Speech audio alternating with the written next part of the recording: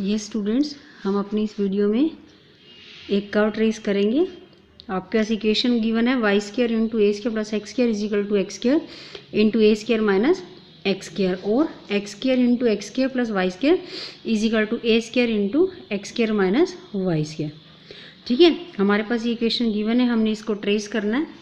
और ट्रेस करने के रूल पहले मैंने आपको बताए थे कि आप रूल को कैसे याद करेंगे। SOAPRS, S stands for symmetry, next origin, asymptote, point of intersection, region और स्पेशल पॉइंट्स। ठीक है, तो सबसे पहले सिमेट्री है। सिमेट्री के लिए आपको बताया था कि अगर आपके पास कर्व में सभी पावर इवन हैं तो आपके पास सिमेट्रिकल अबाउट बोथ एक्सिस होता है, और अगर only even power of X है तो symmetrical about X axis, even power Y है तो symmetrical about Y axis.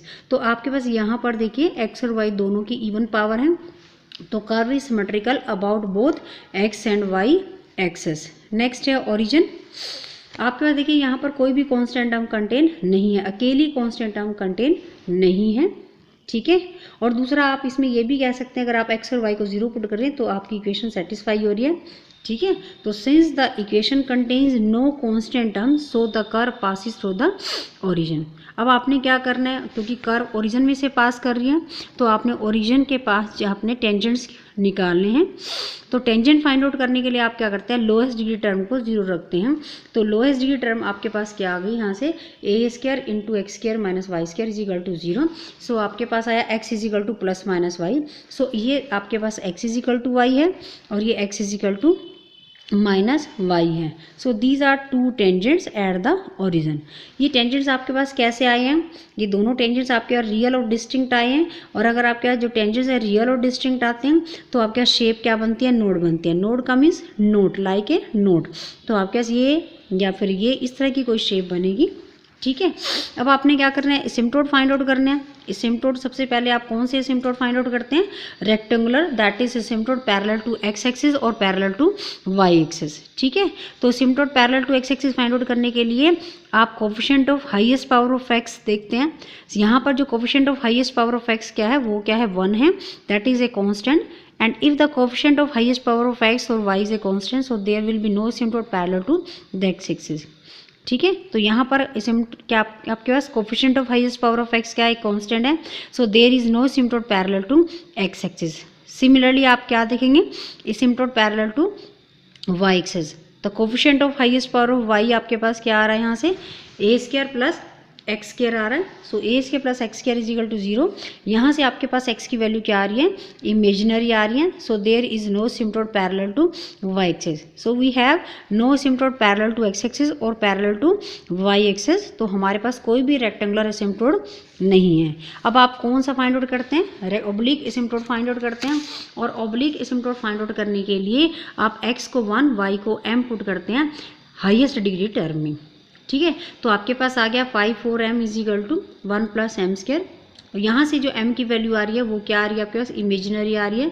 Since आप यही लिखेंगे, since there is no real value of m therefore there is no oblique asymptote. तो यानी हमारे पास कोई भी ना तो रेक्टेंगुलर एसिम्पटोड आया और ना ही कोई ओब्लिक एसिम्पटोड आया है। ठीक है, अब आपने क्या करना है, point of intersection find out करना है। Point of intersection with coordinate axis. Coordinate axis का मतलब एक बार एक्स एक्सिस के साथ और एक बारी वाई एक्सिस के साथ।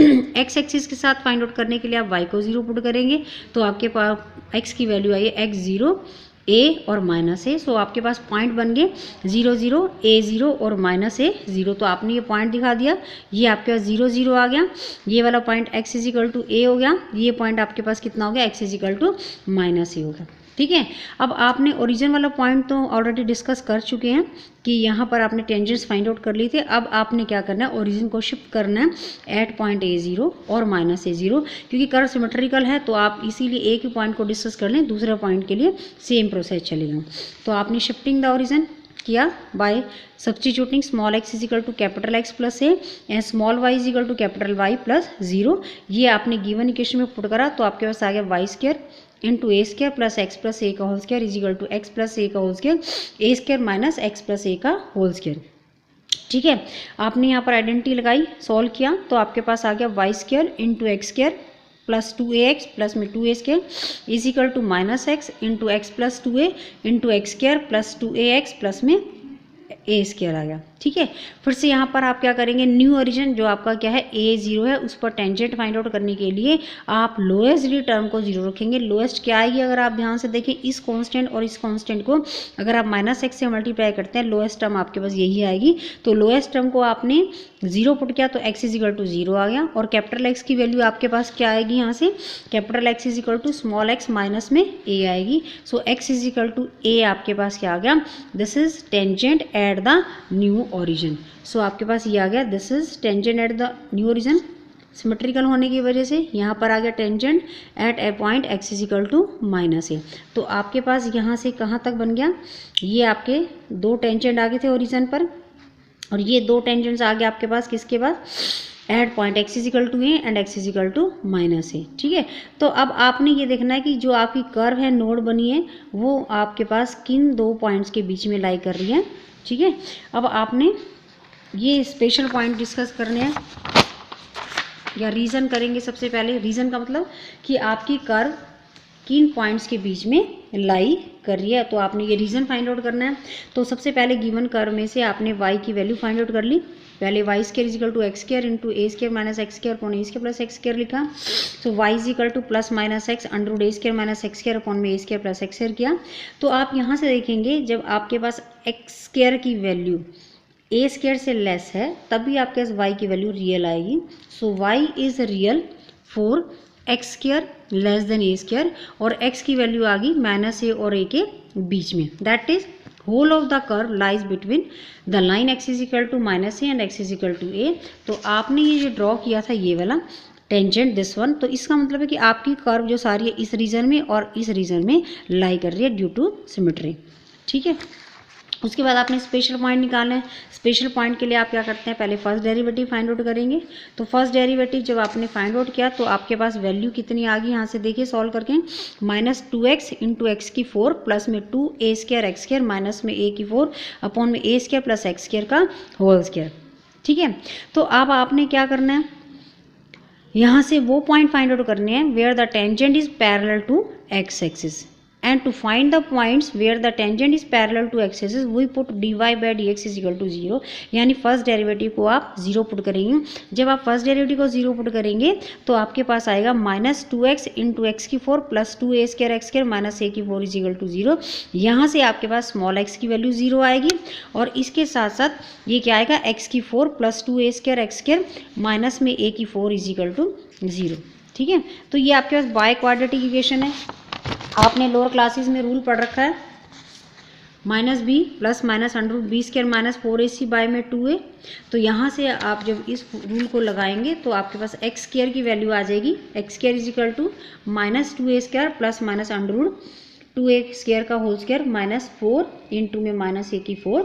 तो ये आपके पास आ गया -2a² प्लस -√4a⁴ प्लस में 4a⁴/2।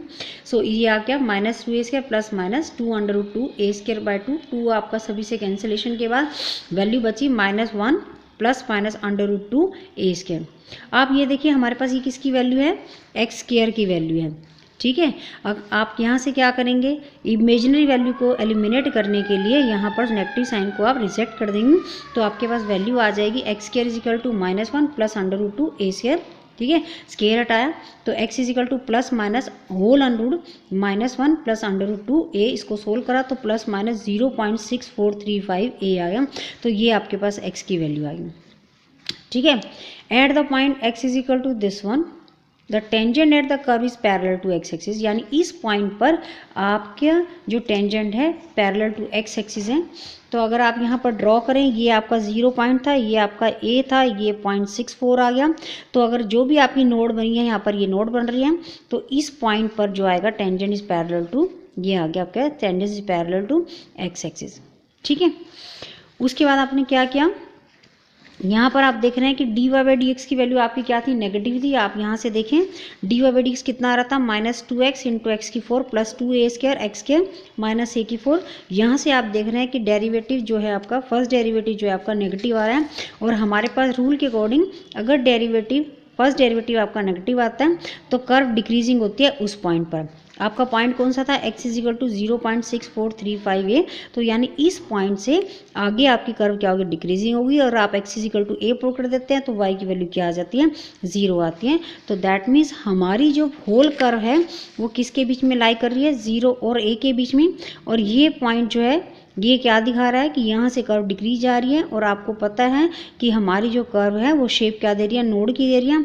And due to symmetry जितना पार्ट इधर है उतना ही पार्ट आपका क्या आएगा, इधर वाली तरफ आएगा। ठीक है, थैंक यू।